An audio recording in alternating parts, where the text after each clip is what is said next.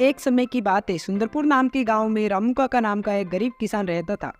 वह हर दिन अपनी भैंस को चराने के लिए जंगल में जाता था। सुबह भैंस को जल्दी चराने ले जाना और शाम को जल्दी कर ले आना, यही रामू काका के रोज का काम था।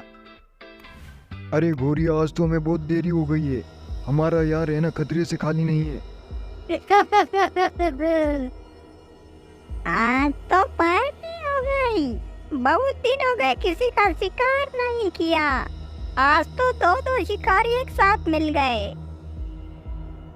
अरे गोरी भाग, ये चुड़ैल हमें खा जाएगी।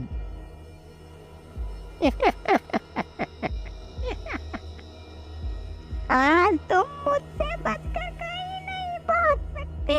मैं तुम्हारा खून पीकर ही रहूंगी। और फिर वह चुड़ैल रामू काका और उसकी भैंस को मार देती है। इधर रामू काका का बेटा रवि सोचता है कि इतनी रात हो गई है, मेरे पिताजी अभी तक घर क्यों नहीं आए, मुझे उन्हें ढूंढना चाहिए।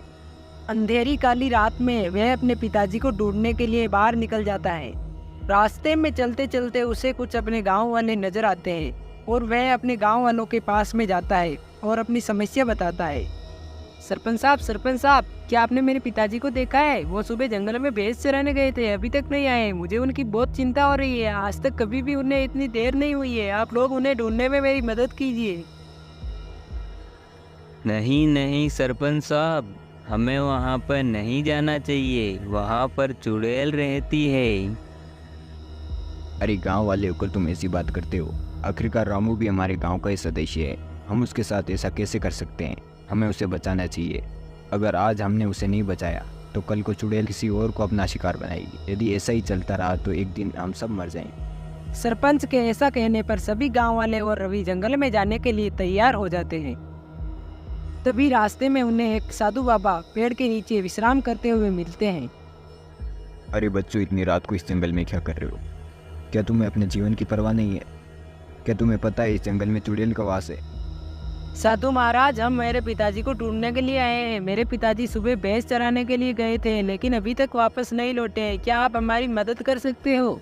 बच्चा, तुम्हारा उसे ढूंढने व्यर्थ है, क्योंकि तुम्हारे पिताजी उस चुड़ैल का शिकार बन चुके हैं। यदि तुम उस चुड़ैल से छुटकारा पाना चाहते हो तो तुम्हें चुड़ैल के मायावी पेड़ को जलाना होगा। फिर रवि और गांव वाले चुड़ैल को मारने की हिम्मत जुटाकर जादुई मसाल लेकर के चलते हैं। रास्ते में रवि और गांव वाले चुड़ैल को मारने की योजना बनाते हैं। मेरे पास उस दुष्ट चुड़ैल को मारने की एक योजना है। हमें ऐसा करना होगा कि सरपंच साहब और गांव वाले आप सभी चुड़ैल का ध्यान भटकाए। तब तक मैं पीछे से जाकर उस मायावी पेड़ को जला दूंगा, जिससे वे चुड़ैल भी जलकर राख हो जाएगी। ऐसा कहकर रवि और गाँव वाले अलग अलग तरफ चुड़ैल को मारने के लिए निकल जाते हैं। सरपंच साहब और गाँव वाले धीरे धीरे चुड़ैल की तरफ जाते ही होते हैं कि तभी सामने एकदम से चुड़ैल उनके सामने प्रकट हो जाती है और गाँव वाले डर जाते हैं। चुड़ैल उनसे कहती है,